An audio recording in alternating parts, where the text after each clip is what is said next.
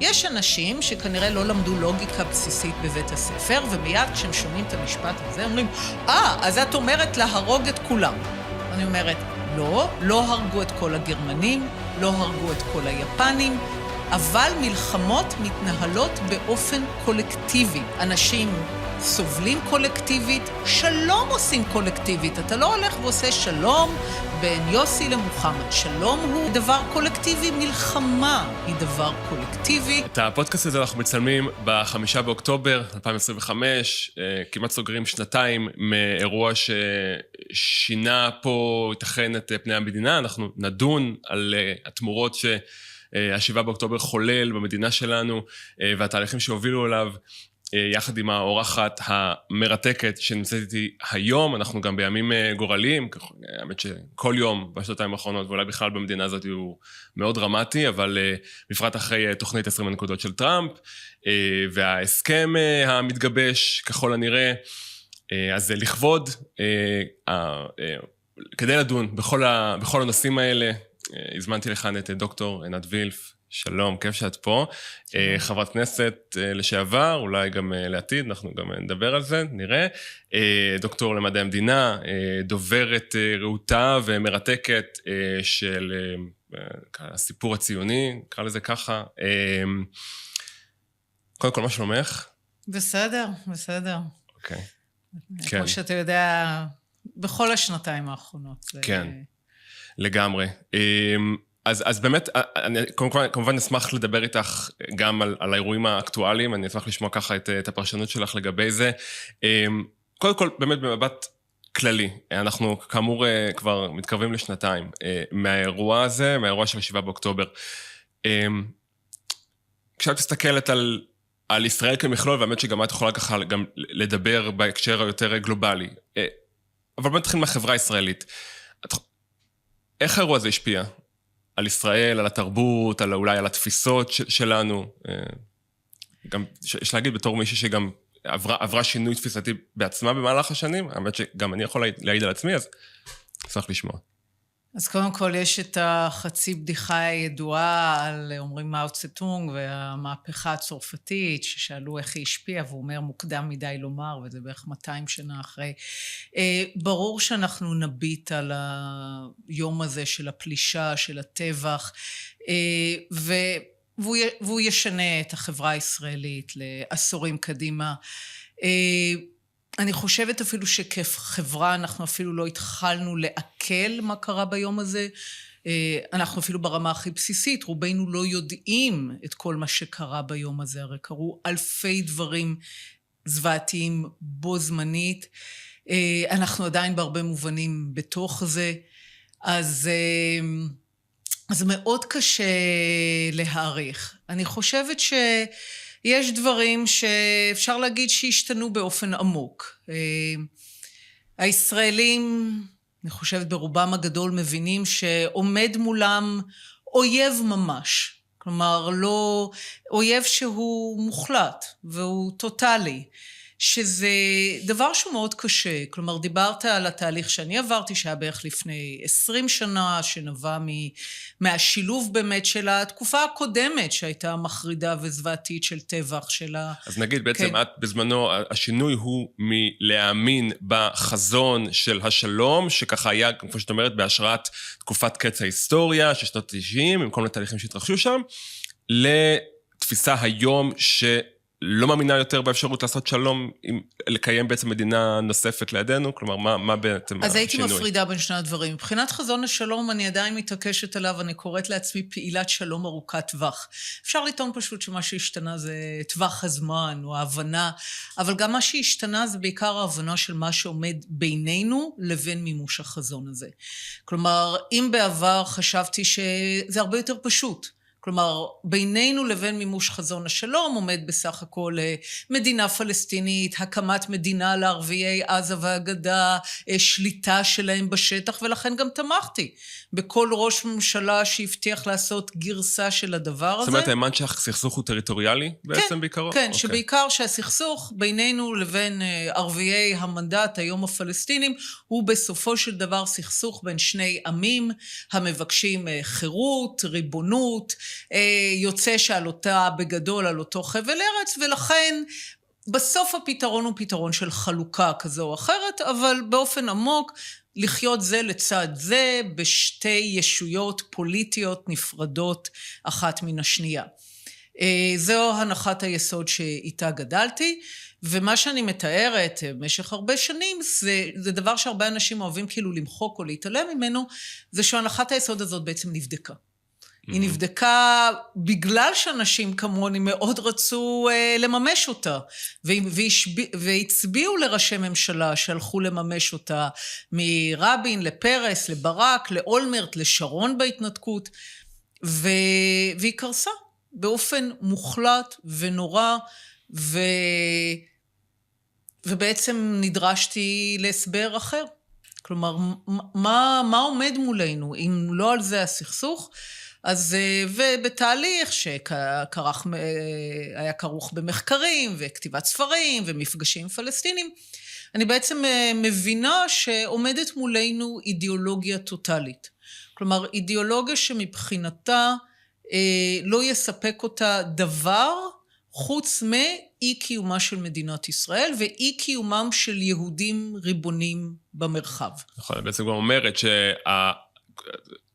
זאת אומרת, התשובה היא מאוד פשוטה, מחפשים כל מיני תיאוריות מסובכות שמסבירות את זה, אבל את מדברת על Occam's razor. בדיוק. יש תפיסה במדע ובכלל שאומרת שכשאתה בודק היפותזות שונות שמסבירות נתונים, בסוף זאת שמסבירה הכי הרבה עם הכי מעט, היא זאת המועדפת.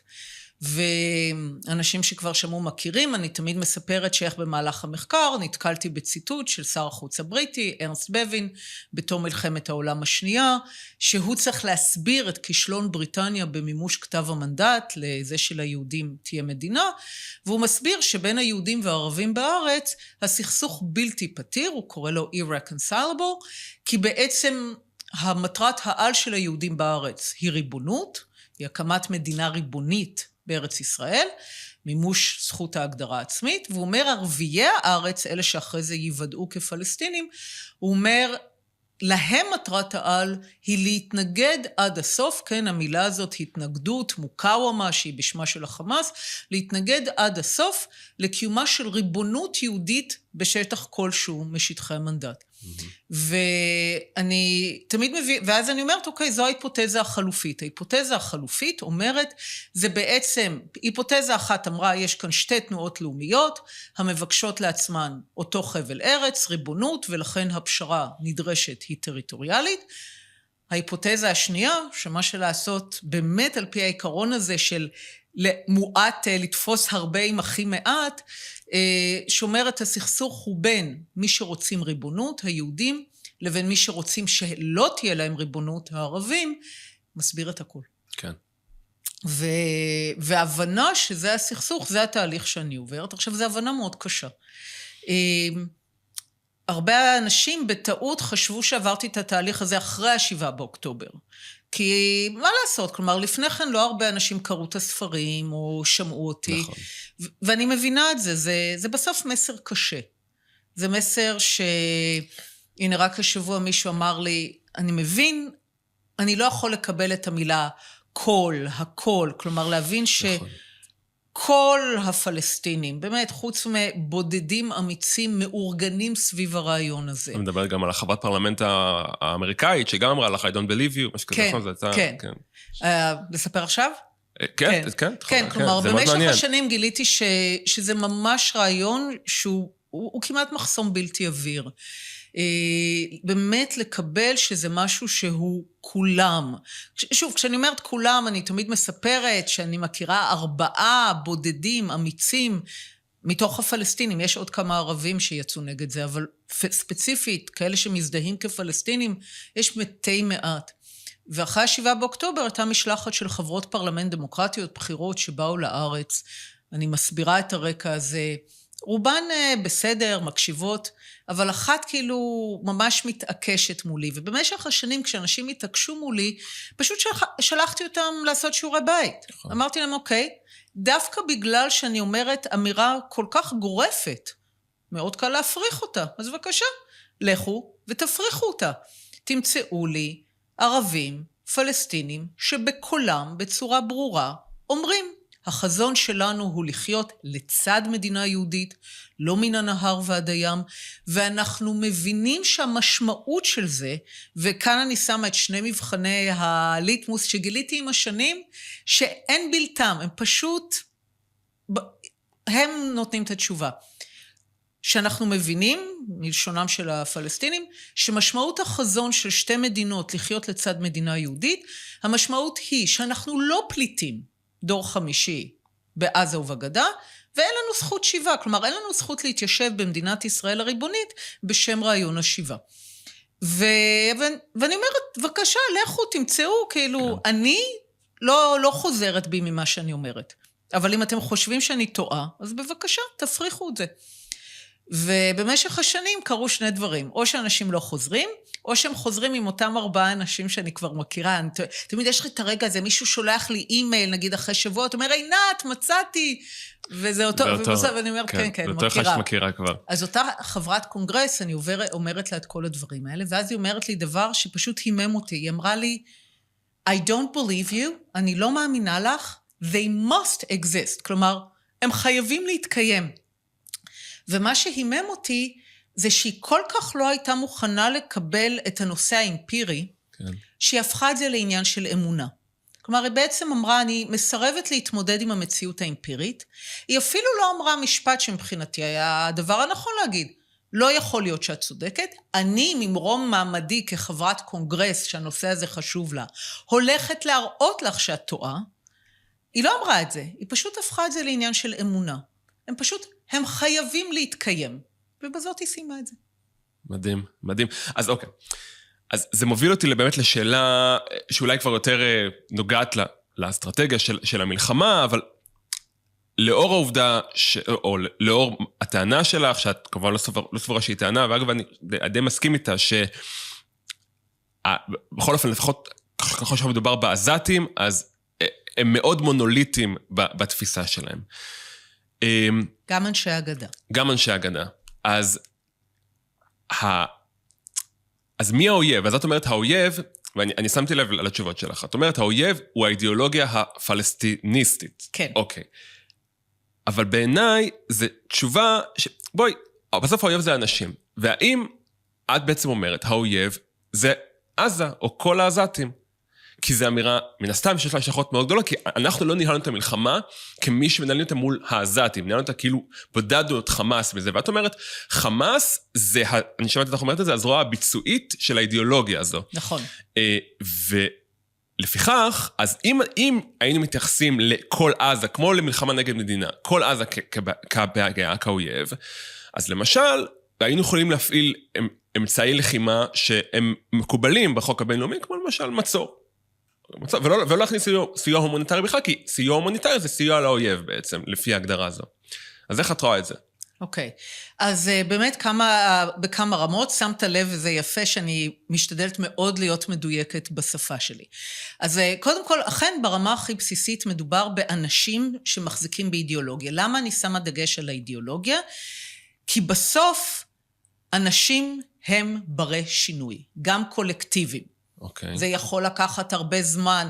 יש אנשים שאומרים לי לפעמים, never, אף פעם. מה שאת אומרת לא יקרה. Okay. האידיאולוגיה, מה שעם השנים אני קוראת לה הפלסטיניזם, כלומר, האובססיה הזאת לאי קיומה של מדינת ישראל, וכאן בסוגריים, כי הרבה אנשים תמיד בשלב הזה אומרים, פשוט תגידי אסלאם, ואני מתעקשת, דווקא מישהו עושה עכשיו מים נורא נחמד, אתה מכיר את זה שיש את הפינגווין עם הראש של הפיל, כל פעם שרוצים להראות, שהוא הראה, הוא אמר, בעצם הפלסטיניזם משקף את הגרוע שבתפיסות הערביות והמוסלמיות, עם הגרוע שבתפיסות המערביות, ושל הכנסייה הנוצרית המזרחית ביחס ליהודים, וכל זה מתנקז לאידיאולוגיה רעילה ואיומה, שהיא הפלסטיניזם. לאסלאם ולערביות יש לפחות אפשרות להתקיים תרבותית, אידיאולוגית. יש שם חזון גם חיובי, לא רק נגטיבי. אפשר להיות, כלומר יש מספיק טקסטים, היסטוריה, פרשנויות, שאפשר לקיים זהות ערבית ומוסלמית, שלא עסוקה מבוקר ועד ערב בשלילת הציונות. פלסטיניזם קיים רק כשלילת הציונות. עכשיו, למה זה חשוב, למה אני מתעקשת לדבר על האידיאולוגיה ולא אנשים? כי אנשים הם, בכל ההיסטוריה, ברי שינוי, קולקטיביים ואישית. לפעמים זה לוקח הרבה אנשים, כמו שאמרתי, יש אנשים שאומרים לי, אף פעם, never. אני תמיד אומרת, never, זה הרבה זמן. אנחנו צריכים לחתור לשם. אז קודם כל, זו הסיבה אז אני רוצה להקשיב עליך עוד שנייה. האם זה האינטרס, האם זו האסטרטגיה הכי טובה לישראל, או שמבחינת ההסתכלות הישראלית, כן, מבחינת איך אנחנו שומרים על חיי האדם שלנו, חיי החיילים שלנו, וגם אולי אסטרטגית, אבל זו באמת שאלה שאני שואל אותך, לא עדיף לשים את זה בצד, אוקיי, יכול להיות שבאמת אם אתה מסתכל ממבט על, ואתה אובייקטיבי, לא סובייקטיבי, לא כאילו מהצד של ישראל, אתה אומר, זה הפתרון הכי טוב, כי חיי אדם הם, אם אנחנו יכולים לשמור על חיי אדם גם בצד הפלסטיני, למה לא? אבל אנחנו כרגע נלחמים, והדבר הזה יכול להיות לנו בחיי אדם אצלנו. אז המילה העיקרית היא כרגע. כלומר, אני מבדילה בין הצורך שבעיניי הוא צורך חיוני של מדינת ישראל, כמדינה קטנה, במרחב שעדיין ברובו עוין, תמיד להגדיר חזון של שלום, כשאני קוראת לחזון הזה ציונות ערבית. כלומר, חזון שבו הערבים, אני בכוונה, אני יודעת שזה נשמע כאילו מטורף וגדול, אבל בסוף זה מאוד בסיסי. זה אומר שהערבים מגבשים את זהותם הערבית והמוסלמית, לא על בסיס שלילת הציונות, הם חיים לצד מדינה יהודית. אני חושבת שחשוב תמיד לישראל להציג חזון כזה. אמרת כרגע אנחנו חייבים להבהיר כמה המצב רחוק מהחזון הזה, ושאכן כל הקולקטיב העזתי או הפלסטיני, הם מאוחדים, באמת, כמו שאמרתי, חוץ מבודדים, סביב הרעיון של שלילת הציונות, וכן, כשיוצאים למלחמה, אתה יוצא למלחמה על המצב הקיים, אבל מתוך רצון שהוא ישתנה. ואלה, אגב, דברים מאוד קשורים. אז כן, אני עד היום חושבת שהטעות הכי גדולה בניהול המלחמה, הייתה שהסכמנו לשקר, ואני חושבת חלק מהאנשים, בוודאי זה היה שקר מודע, שבעצם זו מלחמה נגד חמאס.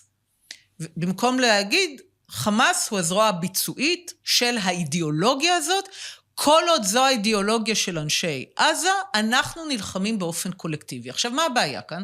יש אנשים שכנראה לא למדו לוגיקה בסיסית בבית הספר, ומיד כשהם שומעים את המשפט הזה, אומרים, אז את אומרת להרוג את כולם. אני אומרת, לא הרגו את כל הגרמנים, לא הרגו את כל היפנים, אבל מלחמות מתנהלות באופן קולקטיבי. אנשים סובלים קולקטיבית, שלום עושים קולקטיבית. אתה לא הולך ועושה שלום בין יוסי למוחמד. שלום הוא דבר קולקטיבי, מלחמה היא דבר קולקטיבי, כניעה היא דבר קולקטיבי, ואנחנו בעצם הסכמנו לנהל מלחמה באופן אישי. כלומר, לבוא ולצוד מה שנקרא רוצח אחר רוצח. זה אגב בעיה שלנו מאוד חמורה בכלל בהתנהלות מול הפלסטינים, שהיא תמיד בין הגבול של הפלילי למלחמה. כלומר, בתחום הפלילי, כן, אתה מאוד אישי. אתה שם דגש על הרוצח, ובאמת כל הדין הפלילי הוא מאוד מאוד אינדיבידואלי. ואנחנו יותר מדי מערבבים בין הפלילי לבין ההבנה שמלחמות מתנהלות באופן קולקטיבי. בתוך ניהול מלחמה באופן קולקטיבי, ודאי שאתה שומר על החוק הבינלאומי. למרות שאנחנו פועלים מול אויב, שכל הדוקטרינה שלו זה לא לשמור על החוק הבינלאומי, שזה בכלל משהו אחר. אבל אתה צודק, בהחלט ישראל הייתה יכולה, מן היום הראשון, אבל זה היה דורש מישראל לעשות משהו נוסף, שהיא עד היום מסרבת לעשות, שזה להתאמת עם המצרים ועם תפקידם בכל הסיפור הזה. ושוב, להתאמת, זה לא צבאית, אבל מדינית, ציבורית, למשך חודשים ארוכים, לא היינו בציר פילדלפיה. היי, מיד נמשיך עם הפודקאסט. עצרתי רגע כדי לספר לכם שמלבד השיחה הזו, יש לי תכנים רבים שעוסקים בתחום הידע העיקרי שלי, פסיכולוגיה, זוגיות ותקשורת בין המינים, ושאני מעביר קורסים פיזיים ודיגיטליים לגברים ולנשים שמעוניינים לרכוש כלים לכניסה לזוגיות טובה. מוזמנים לרכוש באתר את הקורסים המעולים שלנו, או להצטרף לקורס הפיזי. המועד הקרוב מתחיל ממש אחרי החגים באזור המרכז. הקורס נועד לאנשים שמחפשים זוגיות, ובו אנחנו מדברים על מהי בכלל זוגיות טובה? כי הרבה מאיתנו למדנו קונספט שגוי של זוגיות, ולכן הציפיות שלנו לא מותאמות לאיך שזה בפועל נראה ומרגיש. נלמד איך לשחק ולאזן בין קירוב לריחוק בשלב החיזור, איך לשמור על הגבולות שלנו ולאזן בין הצורך שלנו בקשר מצד אחד, לבין הצורך שלנו בנפרדות מצד שני. נלמד איך לתקשר רגשות קשים, איך לבחור בן זוג שמתאים לנו, איך לבנות אמון, איך להתמודד עם דפוסי כשרות שונים ועוד. כל התכנים האלה זמינים לכם כבר עכשיו גם בפורמט הדיגיטלי, ואתם מקבלים גם 10 הרצאות נוספות שאני לא מעביר בקורס הפיזי. מוזמנים להשאיר פרטים באתר, ונציג שלי יחזור אליכם. אחד הדברים שגיליתי בהרבה שיחות, זה שישראל, ושוב, זו בעיה תודעתית שיש לנו בהמון תחומים, היא כל כך מבוהלת מלערער את הסכם השלום עם מצרים, שבעצם היא מאפשרת למצרים לשחוק את ההסכם הזה כל הזמן, ואנחנו, מה שנקרא, לא ראינו, לא שמענו, ובמקום להיות קצת אנשים עם חוט שדרה, אני קוראת לזה שילוב של פנקסנות יקית עם סבלנות של אנשי המדבר. כלומר, לבוא למצרים להגיד, תראו, חתמנו על כל הדברים האלה. זה לא עשה, זה לא... כלומר, אנחנו כל כך מבועלים, עכשיו אנחנו רואים את זה עם הרחפנים, מגבול מצרים. כלומר, אנחנו כל כך שמנו דגש שלא לראות שלעזה יש גבול עם מצרים, אבל ברור שבשלב הראשון, אם היינו עושים מהתחלת הדברים נכונים, אז היינו אומרים, זו מלחמה נגד עזה, נשמח, שוב, תמיד להיות חיוביים, נשמח לשמוע שהעזתים לא שותפים לחזון שלא תהיה ריבונות ישראל, עד שלא נשמע אחרת, זו הנחת היסוד שלנו. אנחנו שולחים חיילים בהבנה שהם פועלים מול אויב קולקטיבי. אנחנו, מה שנקרא, הקווים שלנו, שמהם פלשו וטבחו, אנחנו לא נותנים הספקה לאויב, יש להם גבול עם מצרים, מצרים מוזמנת לתת להם הספקה, מצור, כמו שאתה אכן צודק, מותר בדין הבינלאומי, ובלבד שיש להם לאן ללכת ולאן לעזוב. אז כן, כלומר, אנחנו סיפרנו המון שקרים, ואנחנו עדיין חיים בתוך השקרים האלה. תגידי,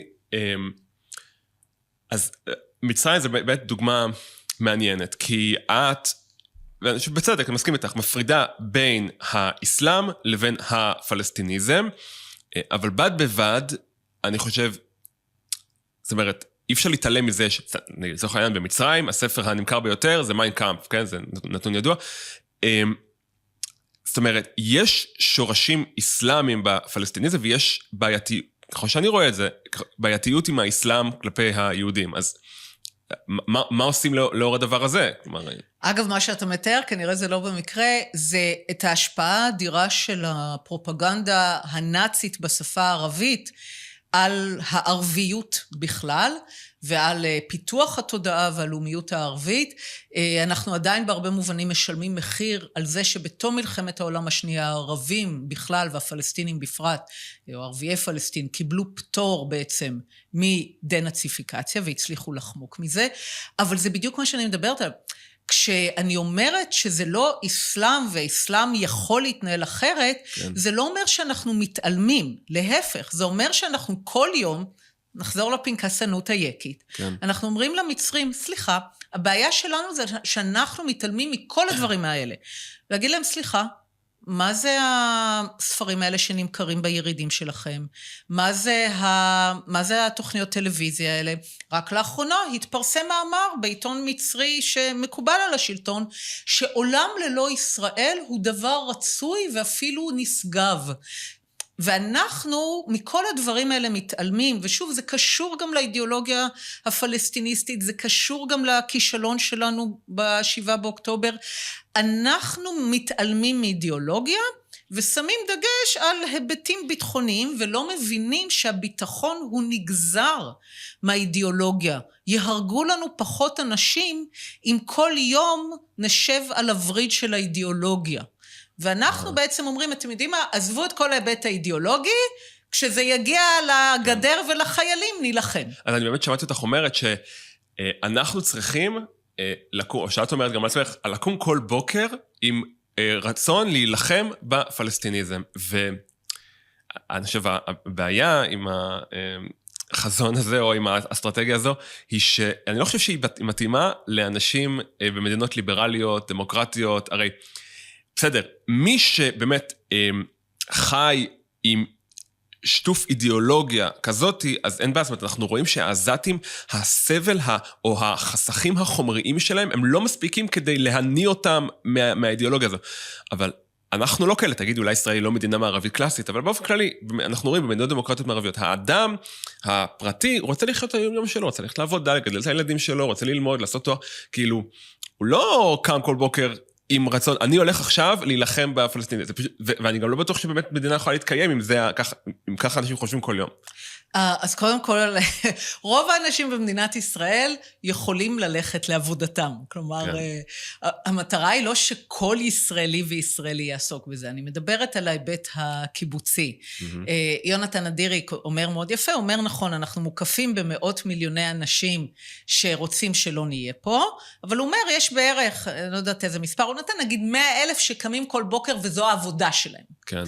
אז אני אומרת, יש לנו משרד חוץ, יש לנו צבא, יש לנו ממשלה, אלה האנשים שאנחנו משלמים להם כדי שיעשו את הדברים האלה. אני לא אומרת שכל ישראלי צריך לקום בבוקר לעשות את זה, אבל זה צריך להיות הרעיון המארגן של הדיפלומטיה שלנו, של תפיסת הביטחון שלנו. כלומר, כל יום איך אנחנו קמים ושוחקים עוד קצת את הפלסטיניזם, כשאני אומרת, אוקיי, ייקח כמה שיקח, צריך לזכור, יש אנשים שאומרים, גם זה לא יפתור. אין בעיה. אין לי שום ערובה שבסוף של זה אכן מחכה לנו חזון הערביות הציונית. אבל אם אנחנו לא קמים כל בוקר כדי לשחוק את תפיסת עולמם, הם קמים כל בוקר כדי לשחוק את תפיסת העולם שלנו. ולכן, אם אנחנו לא כל יום שואפים להתקדם על הטריטוריה התודעתית שלהם, הם מתקדמים על הטריטוריה התודעתית שלנו, ואת זה ראינו. את הפלישה לתוך שטחי מדינת ישראל הדפנו.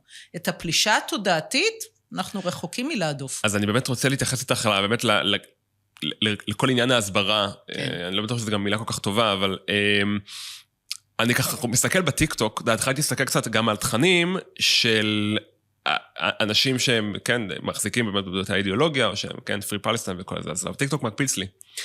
ובאמת, אנחנו פשוט במיעוט נוראי ביחס לעולם. זאת אומרת, קודם כל, אני חושב שהנרטיב הפלסטיני הוא הרבה יותר קומפלינג, הרבה יותר פשוט, הרבה יותר קל להזדהות איתו. אני חושב שזה גם חלק מהעניין של בכלל הנרטיב הפרוגרסיבי, שאנשים, קל להם, זה עוזר לאנשים להרגיש טוב עם עצמם כשהם תומכים בפלסטינים. אז זה מאוד מצחיק, אני רואה מלא אנשים בפרופיל טיקטוק שלהם, שהם כזה כותבים מעידים על עצמם שהם LGBT ו-Free Palestine, יחד עם זה. אז אני חושב שאת הנרטיב שלנו אולי טיפה יותר קשה להסביר, יכול להיות שתחלקי עליי, אבל אז הוא גם פשוט, הוא קומפלינג, וגם יש כל כך הרבה יותר אנשים שתומכים בנרטיב הזה, מבחינה מספרית, אז איך מתמודדים עם זה? זה באמת יחסים מטורפים. נתחיל מהסוף, הרצפה עקומה. כלומר,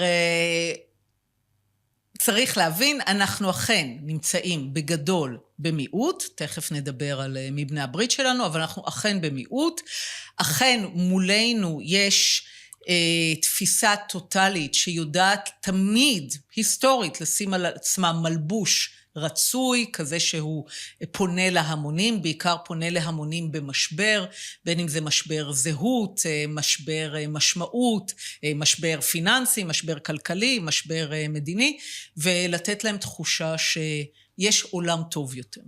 והעולם הטוב יותר הזה נמצא מהצד השני של מה נקרא, של אי קיומו של היהודי הקולקטיבי. אז נתחיל מזה שהרצפה עקומה. עכשיו נשאלת השאלה. עקומה מאז ומתמיד? זאת אומרת, עקומה כאילו משחר ההיווצרות של האנטישמיות? עקומה, בוא נגיד במובן של שני דברים בסיסיים. כן, אנחנו תמיד מיעוט, מאופן ההתנהלות של העם היהודי כשבט שלא מבקש, אני אומרת יהדות אוניברסלית יש, היא נקראת נצרות, אבל מהיותנו שבט שבסוף מאוד קשה, אפשר להצטרף אליו, אבל קשה, אנחנו מיעוט, תמיד נהיה מיעוט, זה מהות קיומנו, גם כשאנחנו רוב במדינה, אנחנו בסוף מיעוט בעולם, מיעוט באזור. זה תמיד, מזה לא נצא אף פעם. והדבר השני, שאכן בשתי תרבויות שצמחו על מובן מסוים, מה שנקרא סופרסשניזם, על זה שהם יבואו במקום היהדות, יש, נקרא לזה יחס מורכב, נאמר, לקיומו של היהודי. אלה, מה שנקרא given, זה תמיד. הרצפה עקומה. עכשיו, בהינתן שהרצפה עקומה, אתה יכול לשלוח רקדנים בינוניים, ואתה יכול לשלוח את הרקדנים הטובים ביותר שלך. וזה בעצם מה שקרה. אנחנו, בתקופה שזה היה חשוב, שלחנו את הרקדנים הכי טובים שלנו. איזה תקופה תדברת? החל מהרצל וויצמן, ונגיד אבא אבן, ואפילו נתניהו בזמנו. כן. לפני שהוא חשב שאפשר לשלוח רקדנים גרועים.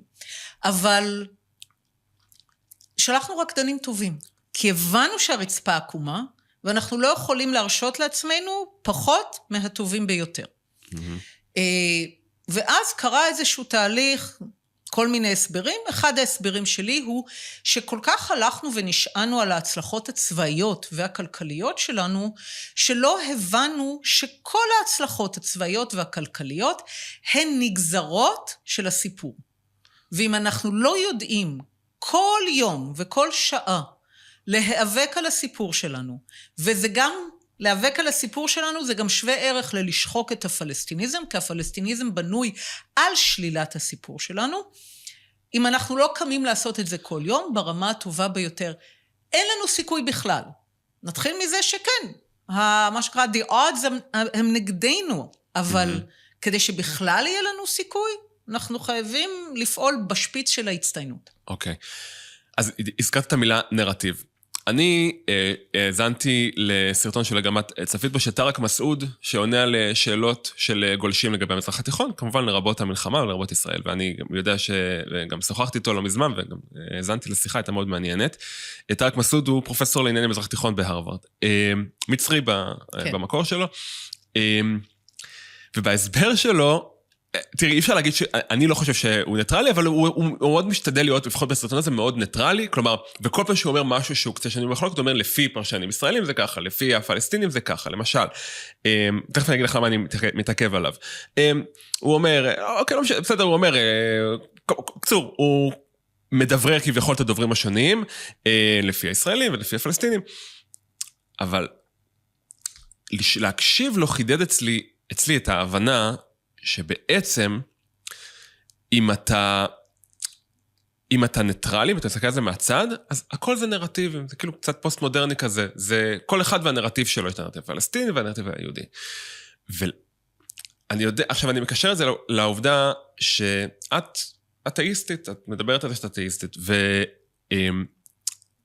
ואני תוהה אם אנחנו יכולים להאמין בצדקת הדרך שלנו, על בסיס עובדות בלבד, כן, מבחינה כאילו רציונליסטית נטו, כשבעיניי הדרך היחידה לקבוע שאנחנו הצדקים, ואנחנו צריכים להאמין שאנחנו הצדקים, היא על ידי זה שמאמין באיזושהי ישות טרנסצנדנטית, כי אתה לא יכול, כי אם אתה קורא שאתה צדק, אז כאילו, כדי להאמין שאתה מוסרי, אז אני מאמין, בן אדם כדי לחיות מוסר, כדי שיהיה אפקטיבי, צריך להיות מוסר טרנסצנדנטי, שנקבע לך מלמעלה.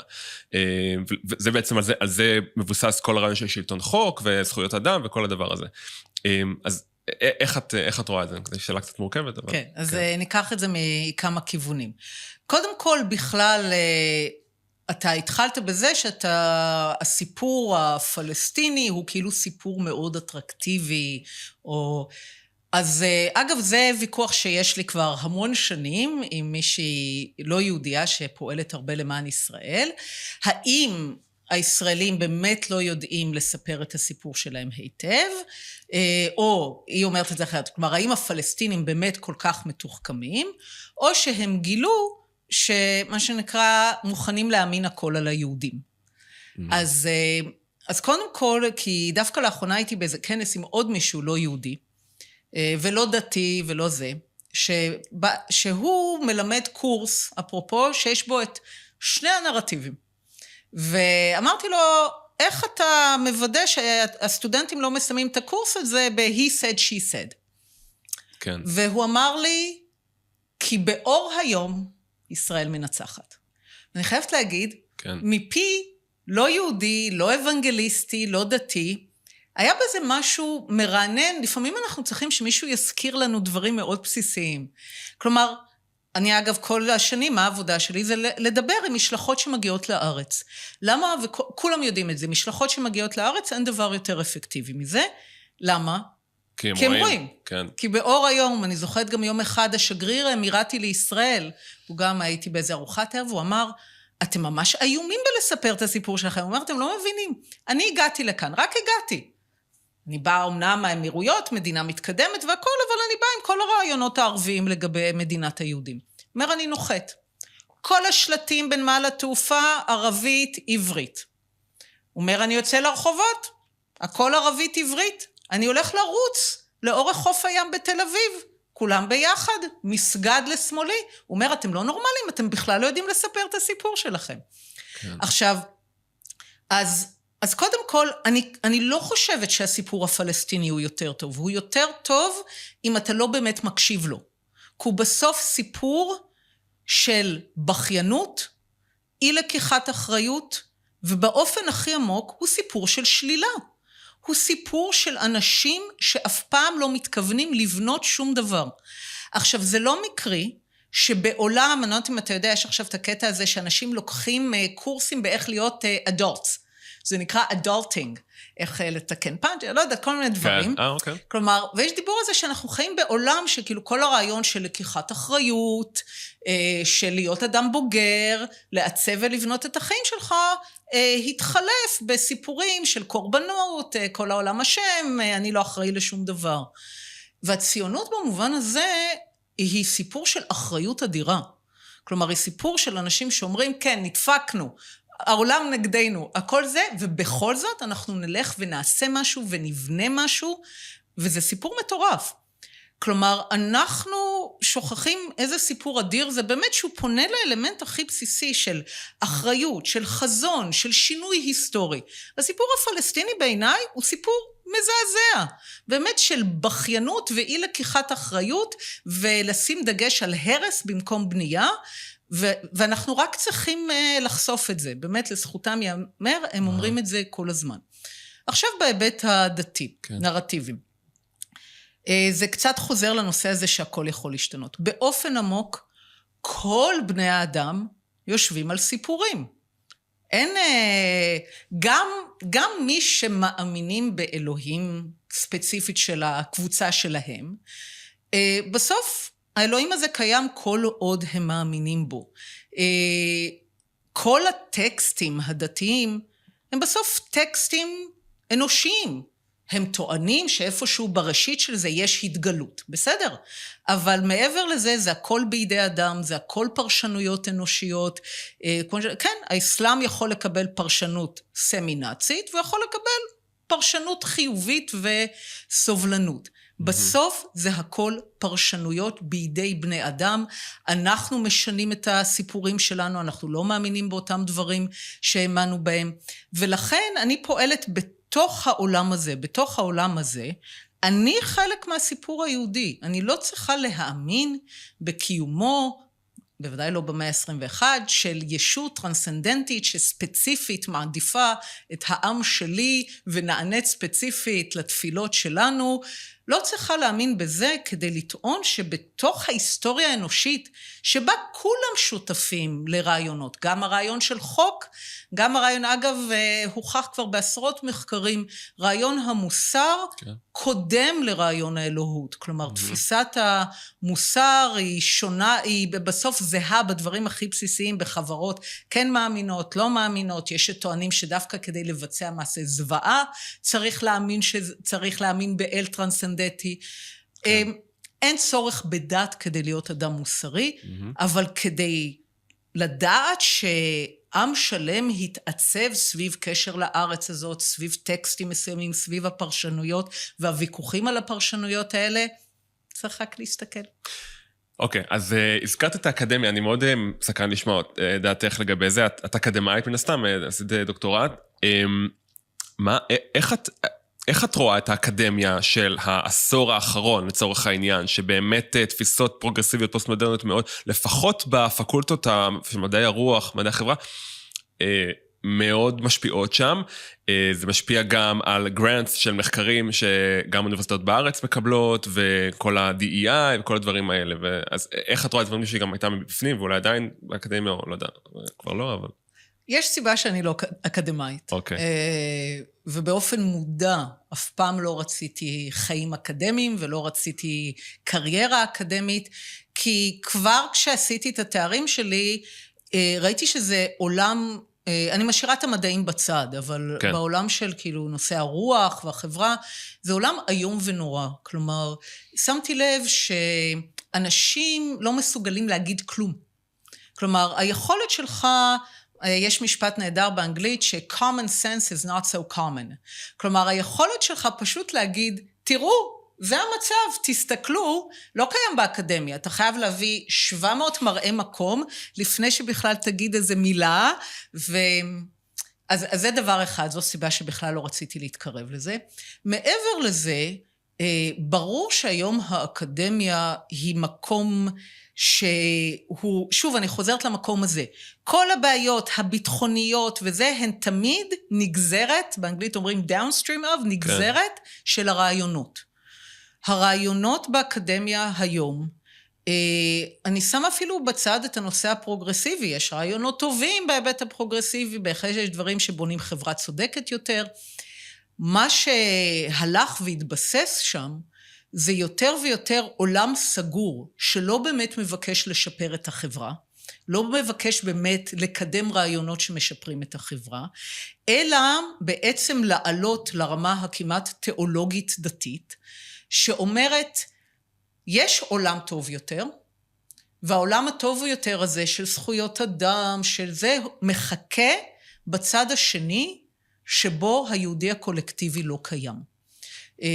וזה רעיון עתיק מאוד, שעכשיו מקבל כסות חילונית ואקדמית, אבל הוא בעצם רעיון שאומר, היהודי הקולקטיבי שעכשיו מתבטא במדינתו, הוא שווה ערך לרוע המוחלט, בסך הכל משתמשים ב10 מילים כדי לבסס את זה, גזענות, קולוניאליזם, אפרטהייד, טיהור אתני, ואז נאציזם, רצח עם, שואה, משווים בין ישראל לציונות או מגן דוד לדבר הזה, נותנים לזה את המכובדות של האקדמיה, אתה תקבל דוקטורט על זה שישראל היא פרויקט קולוניאלי, אתה תקבל פרופסורה על זה שמדינת ישראל מבצעת אפרטהייד, עכשיו כבר רצח עם, ובעצם כל הדברים האלה נועדו לבסס תפיסה שאפשר שיהיה לנו עולם טוב יותר, עם כל הערכים היפים האלה, זה לא מקרה שהפלסטיניזם קיבל את כל המילים הטובות. הוא לא באמת טוב, אבל הוא קיבל בהבניה הזאת את כל המילים הטובות. צדק, זכויות, שוויון, חירות, והציונות קיבלה את כל המילים הרעות. שוב, זה לא מקרי, כלומר, בונים כאן תיאולוגיה, טוב נגד רע, כדי להגיע לטוב צריך להיפטר מן הרע, ובמובן הזה האקדמיה היום היא לא אקדמיה, היא הכנסייה החדשה, כלומר, היא המקום שמבהיר מה צריך לחשוב, איך צריך לחשוב, שמרחיק את מי שלא חושב נכון, והוא מייצר את הקסטה, כן. שבעצם חושבת את הדוקטרינה הדתית, אבל חילונית. כן, את יודעת, את מכירה את ג'ונתן הייט, אתה פסיכולוג? כן, כמובן. כן, אז הוא מדבר על זה שבשנות בקיצור, עד לשנות ה-2010 ואילך, היחס של conservatives ל-liberals באקדמיה בארצות הברית היה בערך 4-1 לטובת הליברלים, שזה עדיין יחס שמאפשר חופש דיבור. זאת אומרת, תמיד זה נטע יותר לכיוונם, הוא גם מצביע על זה שזה נובע כנראה ממה שקרה במלחמת וייטנאם, שזה השפיע, אבל בכל אופן בסדר, עדיין יחס שמאפשר לשמוע דעות מכל הכיוונים, ובעצם היחס הזה הלך והקצין, ויש פקולטות שאין בהם ולו קונסרבטיבי אחד לרפואה, אז בעצם את אומרת שהיום האקדמיה ממקום שאמור להיות כאילו לחקור רעיונות חדשים ולאפשר חופש דיבור, הוא כבר ממש לא שם, אז את חושבת שאפשר לתקן את זה, שיש עוד תקווה לאקדמיה? לצורך העניין, מה היית היום ממליצה לבן אדם צעיר לילדים שלך ללמוד? קודם כל נתחיל מזה כלומר זה אירוני, אני הלכתי ועשיתי תארים, אבל אני לא רואה ערך ספציפי באקדמיה כמקום של, אנחנו גם עם כל הכבוד, אנחנו כבר נמצאים בעולם שמבחינת היכולת ללמוד, הגישה למידע, אין כרגע שום עדות שהאקדמיה כגוף, כן. יש אוניברסיטאות שעדיין נלחמות על זה ונאבקות על תפיסת העולם הזאת, ואתה גם רואה שיותר ויותר יהודים עוברים ללמוד שם, אבל כאקדמיה אין לזה היום ערך, זה אפילו, אני רואה משפחות של יהודים בחו"ל, הם בעצם שלחו ילדים ללמוד במקומות יוקרה, בהתבסס על התפיסה הישנה שיהודים רוצים השכלה, ואיזה יופי שהתקבלת לאוניברסיטת יוקרה, כן. ומקבלים הביתה גיס 5. ולכן, מה שנקרא, אתה לא שולח את הילדים שלך לבית ספר לכמורה, וצריך להבין, האקדמיה היום היא בית ספר לכמורה, של רעיונות שברמה הכי בסיסית הם לא טובים ליהודים. כן. כי אין שום עולם שבו יצא טוב ליהודים מזה שהלכה והתבססה תפיסה שעולם טוב יותר מחכה בצד השני של היהודי הקולקטיבי ואי קיומו. כן. אז לשלוח ילדים, בוודאי ילדים יהודים, מה שנקרא להתחנך בכמורה הזאת עכשיו, זה אתה עושה רק אם זו האמונה שלך. כן, אוקיי. אז עכשיו אני רוצה ככה, עוד מעט אנחנו נשאל שאלות מהקהל, מה שנקרא, ששאלו אותי, אבל לקראת סיום, אבל אולי שאלה אחרונה שלי, מה דעתך על באמת ערביי ישראל? כי אנחנו... זאת אומרת, האם הם גם מושפעים מהאידיאולוגיה הפלסטינית הזאת? כי בעצם העובדה שהם אזרחי ישראל ולא בגדה המערבית ובעזה היא קצת רנדומלית, אני חושב, או לגמרי רנדומלית, ואנחנו ראינו נגיד מה היה בשומר החומות, בערים כמו מעורבות, ואנחנו גם רואים לאיזה מפלגות הן מצביעות, ומה חברי כנסת הערבים הרבה פעמים מבטאים, אז מה דעתך על הסוגיה הזאת? אז מה שהייתי אומרת זה שבעוד אצל ערביי עזה והגדה והמיליונים בירדן, סוריה ולבנון שמאוגדים סביב רעיון הפלסטיניזם, ששם אין חריגים, שוב, חוץ מאותם 4, הייתי אומרת שבקרב ערביי ישראל יש מנעד. והמנעד בדיוק נובע מתחילת ההתפצלות ב-49. כלומר, מכך ש...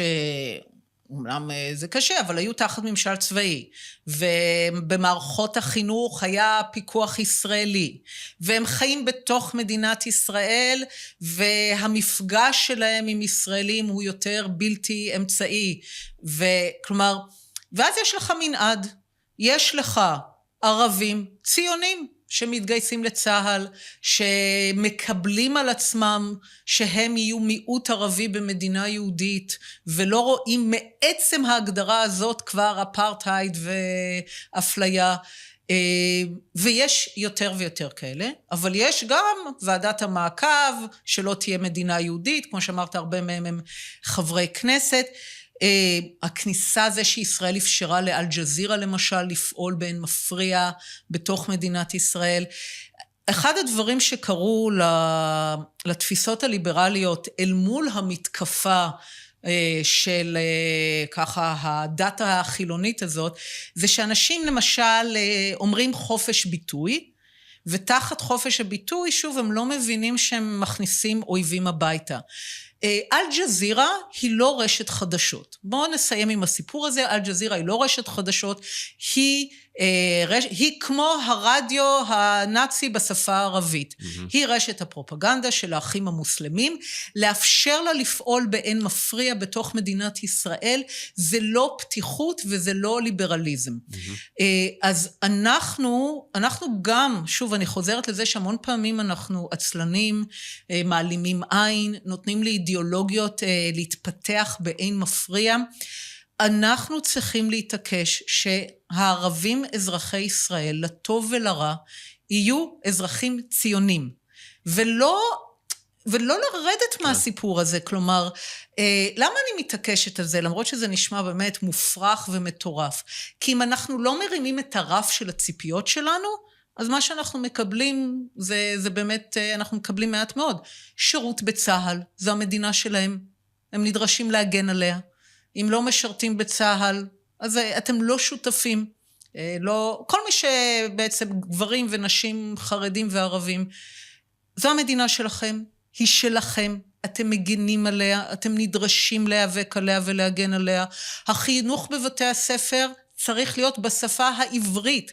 תמיד אנשים אוהבים ואומרים, כולם צריכים ללמוד ערבית. אמרתי, הכל סבבה, אנחנו נלמד ערבית וזה יקרה באופן טבעי כשנרגיש בטוחים פה באזור, זה תמיד קורה באופן טבעי. כן. כרגע, הדגש הוא החינוך בשפה העברית לכולם, חינוך ציוני לכולם, ושיהיו בתי ספר שגם יוסיפו את השפה הערבית. אבל חינוך ממלכתי, ציוני, בשפה העברית, שבסוף גם מחנך להגנה על המדינה, צריך להיות לכל אזרחי מדינת ישראל. אוקיי. אז נעבור לשאלה שככה הפנה אליי אסף משניות, הוא שואל, מה את חושבת על תוכנית 20 הנקודות של טראמפ? אני רק אגיד שהתוכנית הזאת היא בעצם אומרת שאנחנו משחררים אסירים, סיום עלי לרצועה, פתיחת מעבר רפיח, פיתוח כלכלי של הרצועה, עיתונה על ידי ועדה פלסטינית טכנוקרטית. אז השאלה היא, מה את חושבת? האם את מאמינה שחמאס יפורק במסגרת ההסכם? ואני אוסיף, האם את חושבת שההסכם הזה הוא תומך במלחמה נגד הפלסטיניזם, או שהוא רק ממשיך את האידיאולוגיה הזו? אז זו בעצם המענה. כלומר, ההסכם הזה מתייחס לחמאס, כאילו זו הבעיה. מלכתחילה לא ברור שגם מול חמאס הוא יעשה את כל הדברים האלה. כלומר, תראה, בשנים שעבדתי עם שמעון פרס, היה לו משפט שאמר שבאהבה ובשלום, טוב לעצום קצת את העיניים. כן. לא אומרת כלום על אהבה, בשלום זה היה זוועה. כלומר, הרעיון הזה שאפילו היה לו כסות דיפלומטית מכובדת, קראו לו constructive ambiguity. כלומר, בואו מה שנקרא נעמם את כל הבעיות, כן. קשה מדי, מה שנקרא זה לא מתכנס, העיקר שהצדדים יחתמו על משהו, ובסוף ייבנה אמון, כן. מעצם זה שהם חתמו על הסכם, ואז נפתור את הבעיות הקשות. זה היה אסון, כי כל אחד נתן את הפרשנות שהוא רוצה. אז אני בעקבות זה פיתחתי קונספט שאני קוראת לו constructive specificity, כלומר, לא עמימות בונה, אלא דיוק בונה. כלומר, מה שנקרא, אנחנו צריכים לומר את הדברים מאוד מדויק. וכאן אנחנו בעצם עם התוכנית הזאת משלמים את המחיר שמלכתחילה לא אמרנו. אחרי מה שהם עשו ב7 באוקטובר, הפלסטיניזם כאידיאולוגיה חייבת למות. לפלסטיניזם כאידיאולוגיה יש קודם כל 3 דברים נורא קלים לטפל בהם. 2 עקרונות, פליטות ושיבה, אלה חייבים למות, אף אחד לא פליט, אין דבר כזה זכות שיבה, ותחנת התדלוק של הפלסטיניזם אונר"א.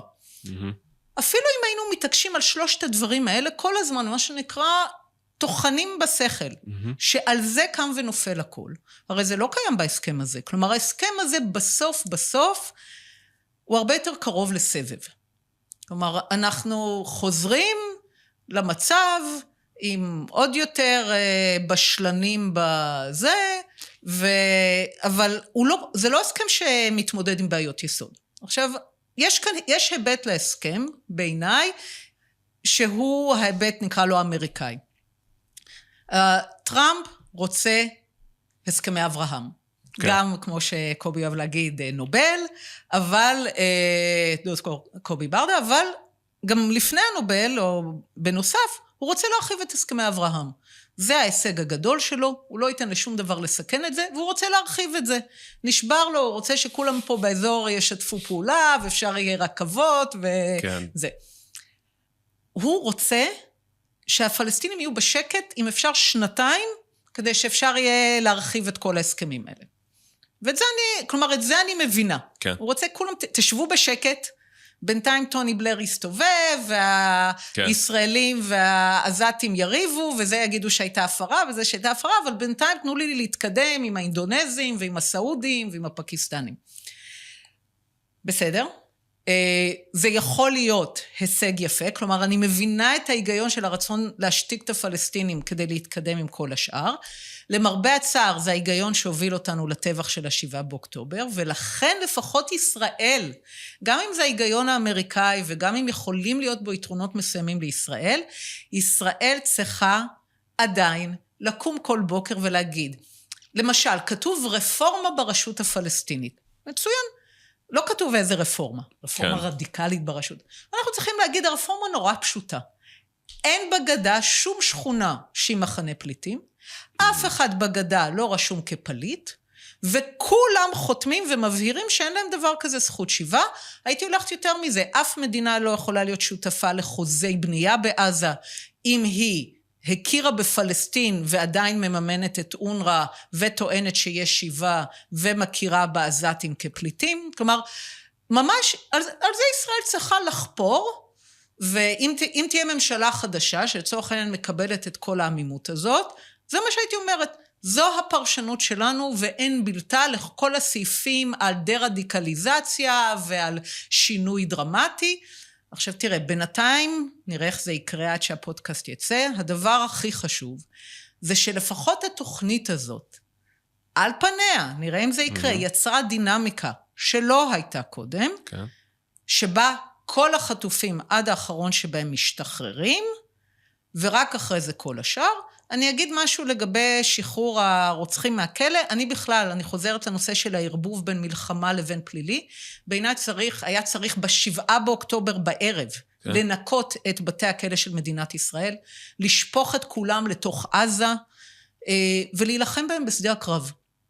כל התהליך הזה שאנחנו מעבירים אותם, תהליך פלילי וסנגורים ומשפט, בעיניי כל הסיפור הזה זה סוג של טירוף בפני עצמו. אוקיי, מעניין. טוב, לסיום, את רצה בבחירות הקרובות? ראיתי שפתחת, הקמת רשימה. אז רשמתי מפלגה, כן. עוז, ואני בקרוב בעצם מתחיל להסתובב בארץ. המטרה של המפלגה היא בעצם כפלטפורמה לרעיונות. אני רוצה לראות עם כל הדברים שדיברנו עליהם כאן, אם יש להם ביקוש, כי במשך השנים, ובמיוחד מאז ה7 באוקטובר, שמתי לב שהרעיונות האלה בהרבה מובנים חוצים מחנות, וחוצים את המבנים הקיימים של החשיבה. ואני רוצה לראות אם הדבר הזה, אתה מכיר, יש את הבדיחה הזאת על שני אנשי שיווק של חברת נעליים, שנשלחו לאיזה מקום שכוח אל באפריקה, לראות אם יש שוק. כן. וחוזרים שני אנשי השיווק, ואחד אומר, אין שוק, אף אחד לא נועל נעליים. ומישהו אחר אומר, יש שוק ענק, אף אחד לא נועל נעליים. אז השאלה היא, האם לדברים שחוצים את המחנות האלה, לומר על חזון לשלום, אבל על בסיס ציונות ערבית, לא על פחות מזה, זה משהו שמעניין, או בסוף זה אנקדוטה חביבה, אבל לא מעניין אף אחד? האם לדבר על זה שכולם צריכים לשרת בצה"ל? נשים וגברים, נשבר לי שרק לחילונים סופרים את הנשים, נשים וגברים, כן. ערבים ויהודים, ומי שלא שותף בעצם למנגנוני הסולידריות של הרווחה והחברה הישראלית. זה דבר שהוא חוצה מחנות, זה דבר שהוא אנקדוטה חביבה ואף אחד לא רוצה בו. אחד היתרונות זה פשוט אני רוצה לבדוק אם יש לרעיונות האלה, יש עניין. אם אין עניין, אני אלך הביתה. אם יש עניין, אז נלך עם זה, עם פוליטיקה עד הסוף. אוקיי, אז רק ממש לפני סיום, על להיות שאלה קצרה, מה דעתך על התקשורת, כאן תקשורת המיינסטרים? את עושה המון פודקאסטים, אני גם צריך המון פודקאסטים, ויש בך הרבה קהל, אני חושב שגם את שמה לב לזה מהכמות הצפיות. יש, מה את חושבת על השוק של התקשורת היותר קלאסית, מיינסטרים? יש לה צורך? גם היא היום בסוף מבטאת הרבה ממה אני זוכרת כשרק התחלתי להיות בטוויטר לפני הרבה זמן, אמרתי, אז כל מה שמראים בטלוויזיה, אני קוראת את זה יום לפני, או הכל כבר שם, אז זה לא לחינם שאני הכי פעילה בטוויטר, ואני מאוד אוהבת פודקאסטים. באופן אירוני, השילוב בין המדיום הזה של דברים קצרים, אבל מאפשר המון המון שיחה, וכמו שאמרת, יש לי גישה לרעיונות שלא היה לי בטלוויזיה. אני רואה את כל שונאי ישראל הכי גדולים, עוקבת אחריהם, רואה איך הם חושבים, לומדת את זה, מקשיבה לזה, רואה מה הטיעונים שלהם, בודקת לפעמים אם יש בזה בסיס. זה דברים שלא הייתי יכולה לעשות באמצעות תקשורת סטנדרטית.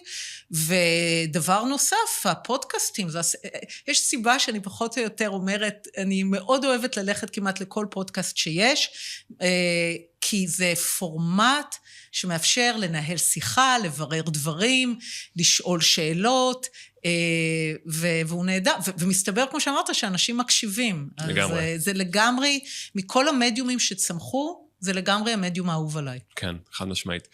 טוב, עינת וילף, המון תודה. תודה לך. חג שמח, חג סוכות שמח. כן, ונקווה שמכל העמימות הזאת באמת נקבל את כל החטופים עד האחרון שבהם. כן, אמן.